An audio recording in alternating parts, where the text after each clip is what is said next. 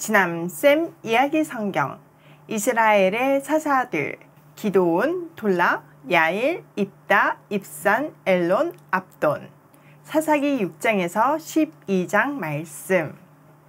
안녕하세요, 지남쌤이에요. 오늘은 사사들 이야기를 이어서 해볼게요. 이스라엘 백성들이 하나님께 다시 범죄하니까 미디안을 사용하셔서 7년 동안 이스라엘을 다스리게 하셨어요. 그제서야 이스라엘 백성들은 자기들의 잘못을 깨닫고 하나님께 용서를 구했죠. 하나님께서 이번에는 기드온이라는 사사를 보내셨어요. 기드온도 미디안 사람들이 무서워서 포도주 틀에 몰래 숨어서 이삭을 타작하고 있었어요.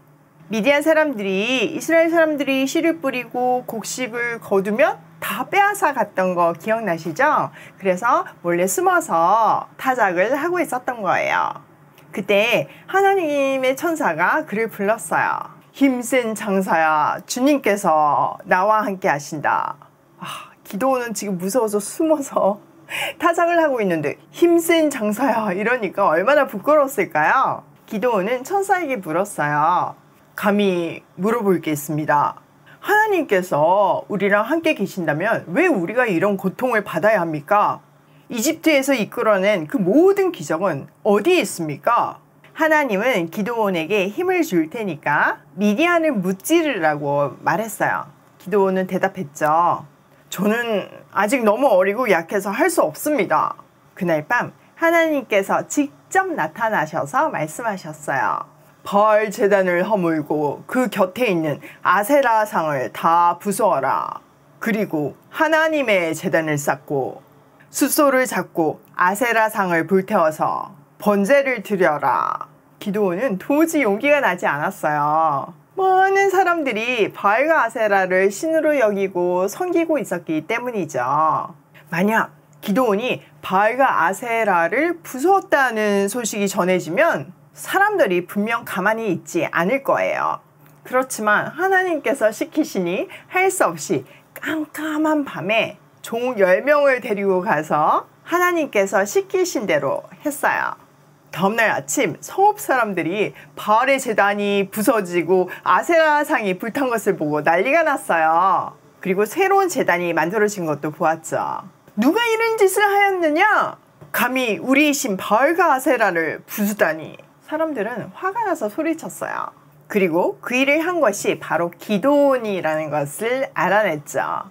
사람들은 기드온의 아버지 집으로 몰려갔어요. 당신의 아들을 집 밖으로 내보내시오. 우리가 당장 죽여버려야겠소. 그때 기드온의 아버지가 아주 지혜롭게 대답했어요. 만약 바알이 진짜 신이라면 직접 기드온을 벌할 것이오. 기드온에게 가장 화가 난 사람은 바알 신일 테니 말이오. 자, 기드온에게 어떤 일이 일어났을까요? 진짜 벌을 받았을까요? 당연 아니죠. 왜냐하면 바알은 신이 아니라 사람이 만든 돌덩어리 우상이었잖아요. 그때 미디안 사람과 아말렉 사람과 사막 부족 사람들이 연합해서 이스라엘을 쳐들어왔어요. 기드온은 그들을 물리쳐야겠다고 생각하고 사람들을 모았죠. 그리고 하나님께 여쭈었어요. 하나님 말씀대로 제가 이스라엘을 구해야 한다면 사인을 보여주십시오. 만약 타작마당에 둔 양털 뭉치에만 이슬이 내린다면 하나님께서 제가 이스라엘을 구하게 하시는 줄 알겠습니다. 그러자 진짜 그렇게 되었어요. 양털 뭉치에만 이슬이 내리고 나머지 땅은 다 말라 있었죠. 기드온은 한 번 더 간구했어요. 한 번만 더 사인을 보여주십시오. 이번에는 반대로 양털은 젖지 않고 땅만 젖게 해주십시오. 하나님은 그렇게 해주셨어요. 그것을 통해 기드온을 사용하시는 분명한 하나님의 뜻을 보여주셨죠. 기드온은 모든 군대와 일찍 출발하였어요. 하나님이 말씀하셨죠. 군인의 수가 너무 많다. 이대로 승리를 한다면 이스라엘 백성들은 자기 힘으로 승리한 줄 알 것이다. 자기 힘이 아닌 나의 힘으로 이겼다는 것을 가르쳐주고 싶구나. 그러니 이제라도 두려워하는 사람들을 다 돌려보내라. 그래서 22,000명이 돌아가고 10,000명만 남았어요. 하나님이 또 말씀하셨어요. 군인이 그래도 많다. 물가에서 물을 손으로 떠서 마시는 사람만 남고 무릎을 꿇고 마시는 사람은 다 돌려보내라. 그래서 300명의 군인만 남고 다 돌아갔어요. 또 하나님은 적군들이 자기들끼리 나눈 꿈 이야기를 듣게 하심으로 승리를 확신시켜 주셨죠. 기드온은 군사 300명을 세 부대로 나누고 각 사람에게 나팔과 빈 항아리를 손에 들려 주었어요. 빈 항아리 속에는 횃불이 감추어져 있었죠. 전쟁을 가는데 총과 칼 대신 나팔, 항아리, 횃불. 진짜 이상하죠? 기드온과 300명의 군사는 모두가 잠든 한밤중에 적신의 끝에 도착했어요.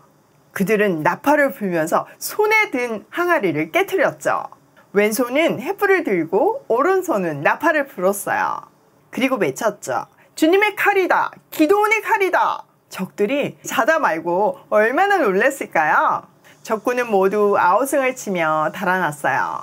300명이 나팔을 불 때 하나님께서는 모든 적들이 자기들끼리 칼로 치게 하셨어요. 엄청난 군인들이 자기들을 공격하러 왔다고 착각했기 때문이죠.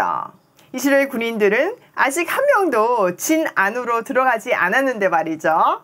아주 깜깜하니까 뭐가 뭔지도 제대로 볼 수 없었어요. 적들은 다 자기 나라로 도망갔어요.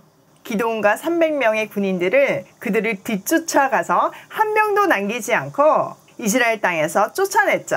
그 후에 기드온은 이스라엘의 지도자인 사사가 되었죠. 하지만 기드온도 훗날 우상 숭배를 하며 죄를 짓고 말았죠. 게다가 그에게는 많은 아내가 있었고 70명의 아들이 있었어요. 그 중에 한 아들의 이름을 아비멜렉이라고 지었는데 아비멜렉의 뜻은 나의 아버지는 왕이다 라는 뜻이에요.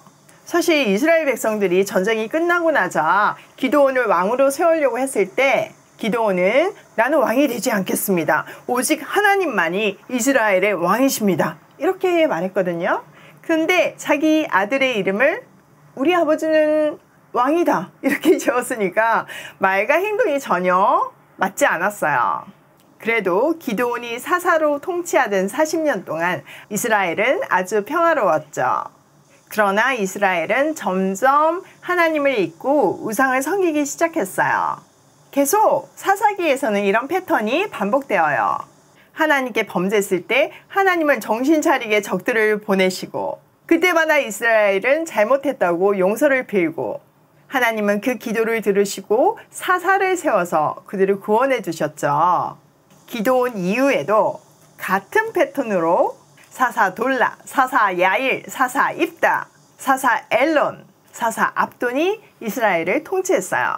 다음 시간에는 사사 삼손 이야기를 해드릴게요. 자, 헤어지기 전에 꼭 기억해야 하는 세 가지가 있어요. 첫 번째, 하나님이 벌 주시는 이유는 하나님께 돌아오게 하기 위함이다. 두 번째, 불가능한 상황은 하나님이 함께 하심을 보여준다. 세 번째, 하나님이 함께 하시니 두려워하지 말자. 내일 이 시간에 만나요.